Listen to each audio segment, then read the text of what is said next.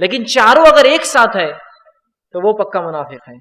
آج یہ گالی کا معاملہ، بد کلامی کا معاملہ کتنا عام ہے، مجھے بولنے کی ضرورت ہے. اپنے نونہالوں کو، معصوم سے بچوں کو جب وہ بات کرنا سیکھتے ہیں تو بہت سارے والدین ان کو گالیاں دینا سکھاتے ہیں، بہت سارے چاچا اپنے بھتیجوں کو گالیاں دینا سکھاتے ہیں، بہت سارے ماما اپنے جو ہے بھانجے کو گالیاں دینا سکھاتے ہیں. اور جب وہ توتلی زبان میں تتلاتے کچھ تو بھی یہ گالی دیتا ہے تو خوش ہوتے ہیں، یا بد کلامی کرتا ہے تو خوش ہوتے ہیں، اور لوگوں سے کہتے بھی بہت جلالی بچہ ہے، ذرا سا بھی اس کو کچھ کر دینا نا تو تتے بولتا ہی، مطلب وہ کتا بولتا ہے سامنے والے کو. تو بولتے نہیں بہت جلالی ہے، بہت جوش والا نہیں کرنا. اور اس کو فخر کی علامت سمجھی جاتی ہے، میرے بیٹے نے گالی دیا کا تو پھر میرا بیٹا ہے نا وہ، ایسا کیسا ہو سکتا ہے وہ گالی نہ دے، ہے نا.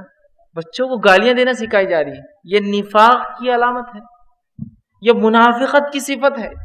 اور یہ چاروں مل جائے تو وہ آدمی خالصاً منافق ہو جاتا ہے. کتنی خطرناک بات ہے نا. اب اللہ رحم کرے، کون بچا اس سے. آج ہم نے اس صفتوں کو تو کوٹ کوٹ کر اپنی نفسوں میں بھر لیا.